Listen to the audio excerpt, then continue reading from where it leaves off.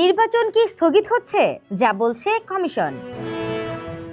জাতীয় সংসদ নির্বাচনে কোনো বৈধ প্রার্থীর মৃত্যু হলে বা আইনি জটিলতায় প্রার্থিতা বাতিল হলে ওই আসনে নির্বাচনী কার্যক্রম স্থগিত করার বিধান রয়েছে। গণপ্রতিনিধিত্ব আদেশ আরপিও 1972 এর সংশোধিত বিধি অনুযায়ী নির্বাচন কমিশন এমন পরিস্থিতিতে নতুন তফসিল ঘোষণা করবে। মঙ্গলবার সকাল 6টায় বিএনপি চেয়ারপারসন বেগম খালেদা জিয়া মৃত্যুবরণ করেছেন। তার মৃত্যুতে নির্বাচন স্থগিত হবে কিনা তা নিয়ে প্রশ্ন উঠেছে। নির্বাচনী কার্যক্রম বাতিলের আইনি বিধান। গণপ্রতিনিধিত্ব আদেশ 1972 এর অনুচ্ছেদ 17/1 অনুযায়ী প্রার্থিতা প্রত্যাহারের সময়সীমা পার হওয়ার পর যদি কোনো বৈধভাবে মনোনীত প্রার্থী মৃত্যুবরণ করেন কিংবা অনুচ্ছেদ 91 ক ও 91 উম অনুযায়ী কারো প্রার্থিতা বাতিল হয়, তবে রিটার্নিং কর্মকর্তা গণবিজ্ঞপ্তির মাধ্যমে ওই আসনের নির্বাচন কার্যক্রম বাতিল করবেন। আইন অনুযায়ী নির্বাচন বাতিল হলে কমিশনকে তাৎক্ষণিকভাবে অবহিত করতে হবে এবং কমিশন নতুন নির্বাচনী তফসিল ঘোষণা করবে। এছাড়া যারা আগের তফসিলে বৈধভাবে মনোনয়নপত্র দাখিল করেছিলেন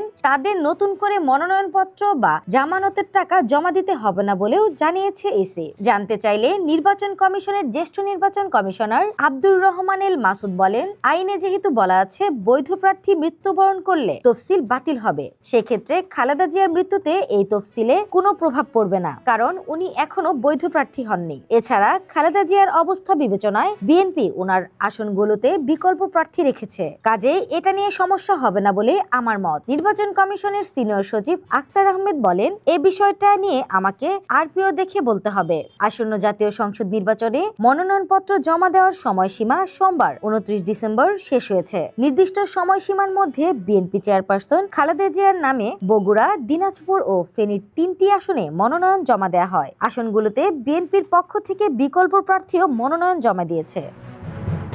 স্নিগ্ধা আখি, দৈনিক নতুন সময়, ঢাকা।